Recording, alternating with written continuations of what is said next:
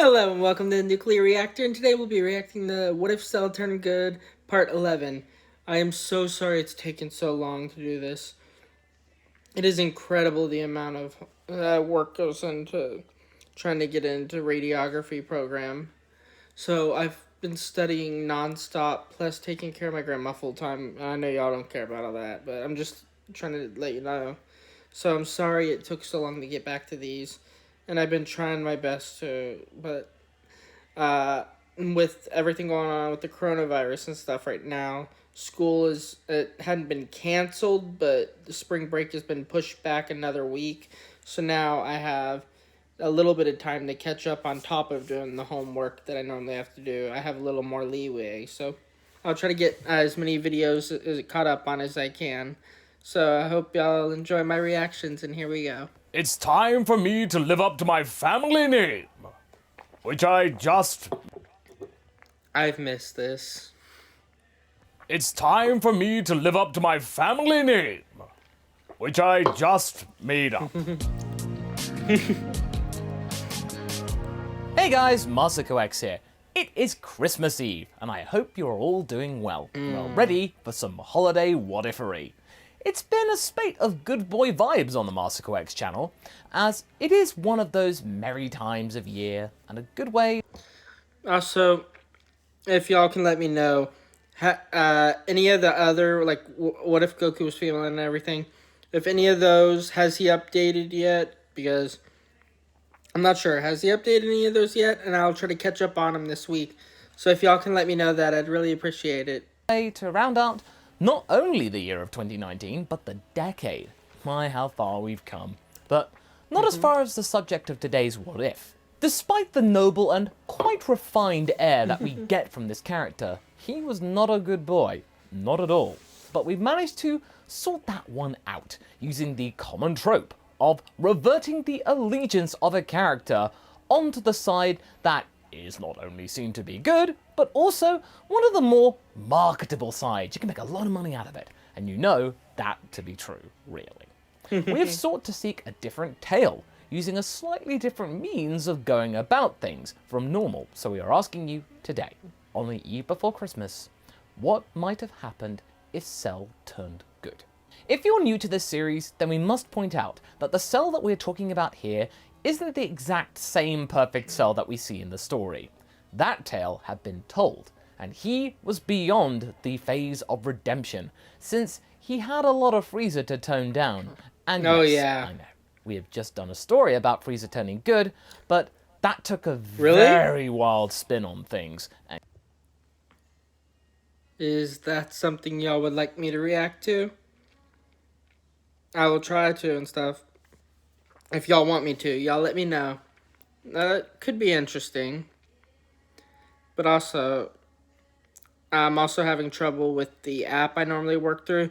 Because normally I can stream directly and put my reactions on through the app.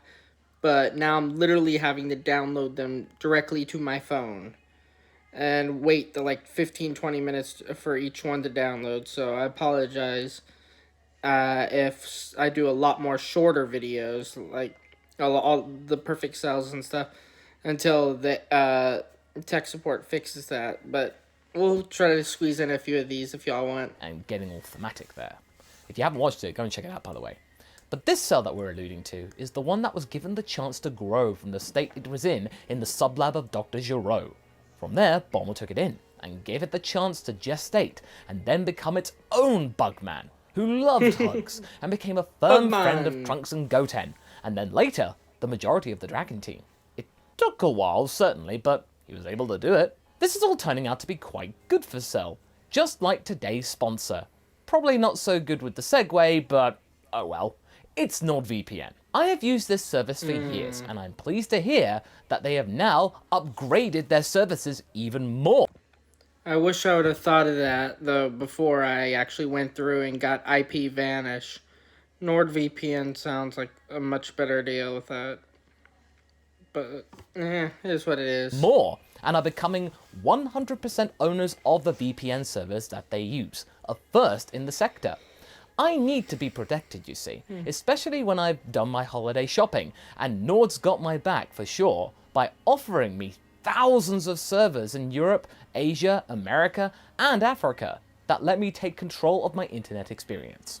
In just a couple of clicks or taps, you are on your way to private internet browsing, and now you can manage your passwords with the companion app NordPass, which you can try as part of this special limited offer.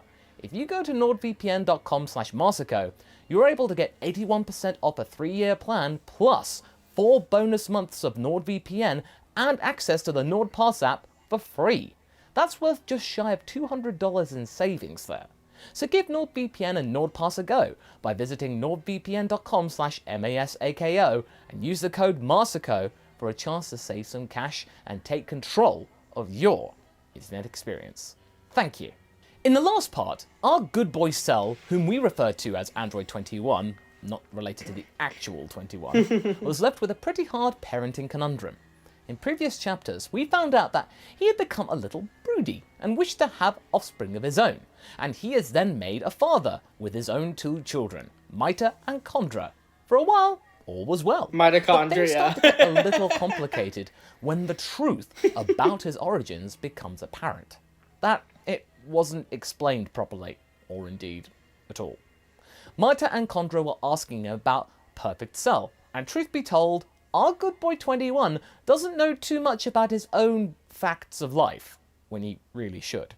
The only thing that he can recall being told himself was the fact that Perfect Cell was an evildoer designed to absorb his siblings, and that Gohan defeated him, but allowed Hercule to take credit for it, and the monster's defeat and everything else. Essentially, he was explained away as any other typical baddie within the Dragon team. However, this turned out to be somewhat of a foolish decision in the long run.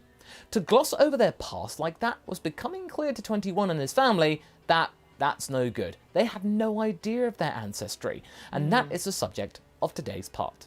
In reality, 21 was unable to answer his children's request, simply dismissing it as not really worth their time right now, as there were more important matters at hand which concerned the safety of the world. But his offspring weren't that naive. Mita and Condra look to each other and don't look impressed. They've heard that excuse so many times before, and it's clear that they aren't going to get a straight answer anytime soon. It's not like their father doesn't want to, though, it's just that he can't in good faith. Before he can approach his children with a suitable answer for their very valid question, 21 decides to confide with someone that, to his knowledge at least, knows a lot about this creature, and that is the person who has just gatecrashed the past for the 3rd time. He wants to make use of the young man's time in their timeline to get some answers. I mean, it's not every day when the chance to find out more about your origins and your past just so happens to fall through a time warp, or indeed any other day for that matter. So while everyone else is occupied with the whole Goku Black situation and what to do next in terms of countering the foe, 21 is more absorbed, pun not intended, with his own mission. He's busy trying to find a way to give their children a satisfying answer about their origins that won't scare them, or make them feel ashamed of themselves for existing. After all, he could barely understand. That's sad, kind of, though, that he has to feel that way, that his kids have to feel ashamed of themselves because of something they did not do, but an altered version of their father did. Just thought. That it himself. He decides to approach Trunks during one of the breaks he takes during his training with Goku.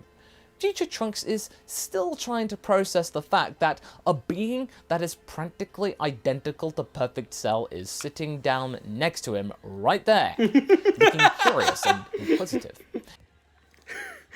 How would you feel? Something that looked exactly like the version of your nightmares that destroyed your entire life, but is not that and is the sweetest thing in the world, sits down next to you.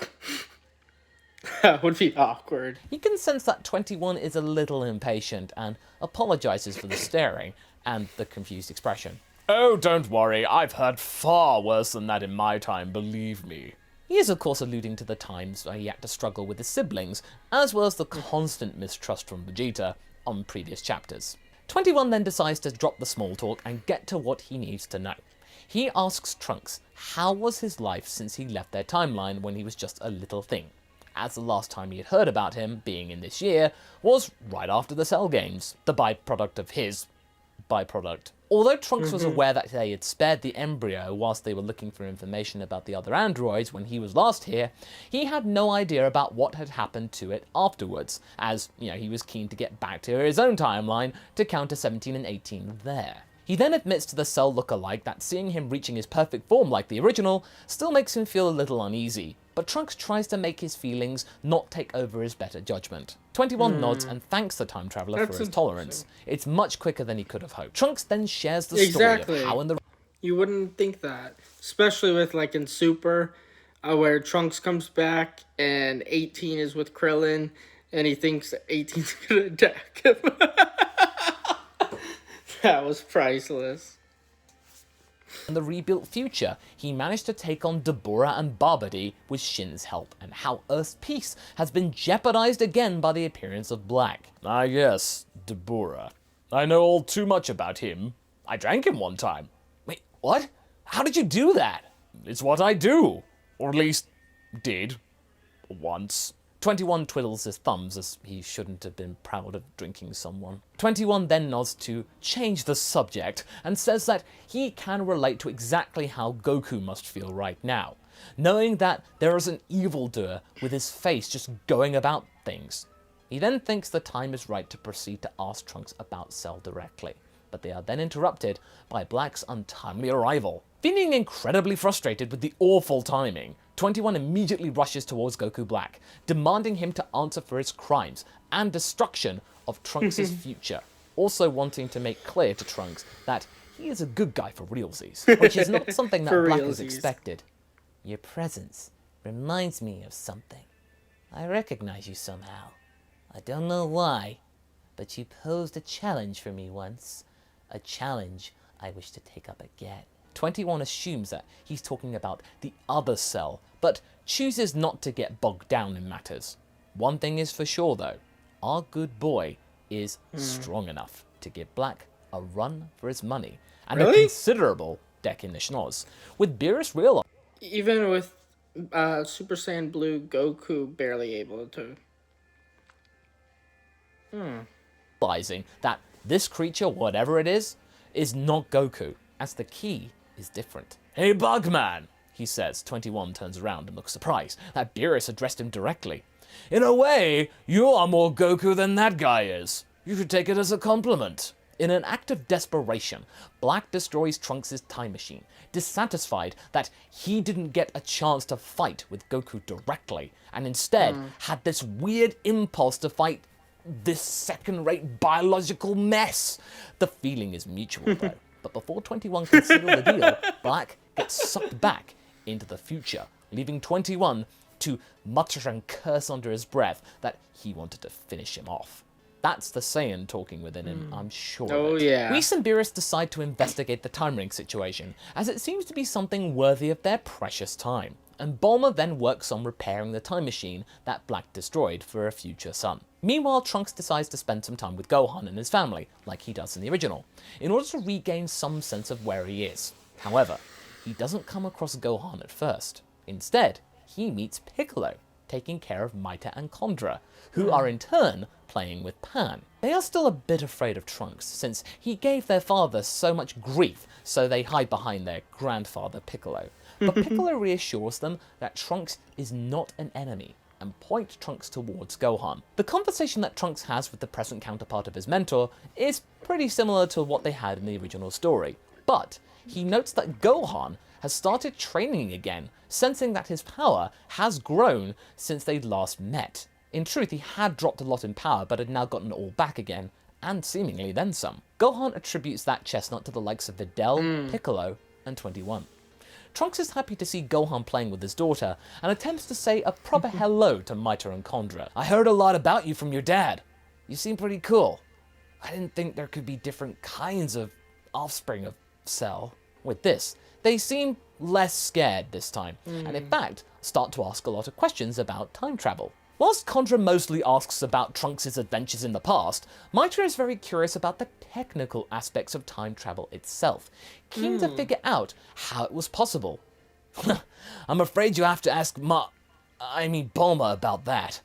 I only know how to steer the thing, and where to put the fuel. Mita's eyes open wide, and she is mesmerized by the idea of learning more.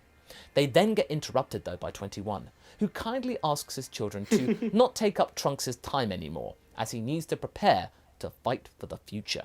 Trunks says that it's not a problem at all, and thanks 21 for stepping up against Black so quickly. He really appreciated that quick thinking. The kids then ask him about Cell. Trunks looks at 21, who is still trying to keep his cool, but the young man knows how this question must be pretty painful for him. He then responds that he was indeed an evildoer, but was nothing like them. The kids and 21 have heard that part before, though.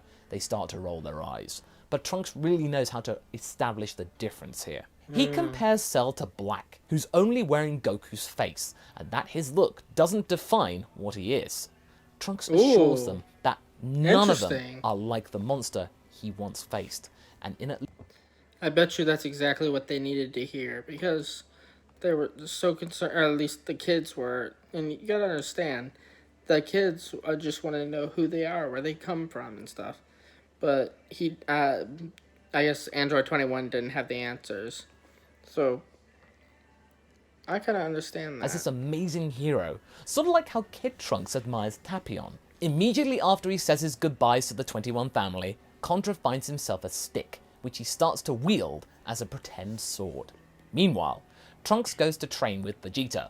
And although 21 could technically defeat Goku Black earlier, he felt that the warrior was holding back somewhat and did not show his entire potential yet. Or at least, he didn't get the chance to. He decides to focus on his family and is tasked by Vegeta in staying within the past so he and Gohan could be Earth's defenders just in case Black decides to attack again from behind. Meanwhile, Goku visits Zeno and gets the reset button like in the original story. The three Saiyans then go to the future, and things there go very much like they did in the original story, as 21 is not involved, having been tasked to defend present-day Earth. Upon their return, 21 can see that things went badly for them. The look of the friends who got beat up by Black worries him a ton. This isn't right. How could Black be so strong? Black wasn't that strong when they fought before. He can't have been holding back that much, right? Also, initially, he scares Future Maya a little bit. Vegeta exclaims that they need additional help in order to stand a chance. They are going to need 21 as a training partner, as Black is improving faster than they'd anticipated, and the only person who has experience in fighting Black properly is 21. Goku also notes that he is working with someone named Zamasu, a Supreme Kai. 21 nods, as he really wants to help Trunks regain his future, and show his children that they have potential to be heroes.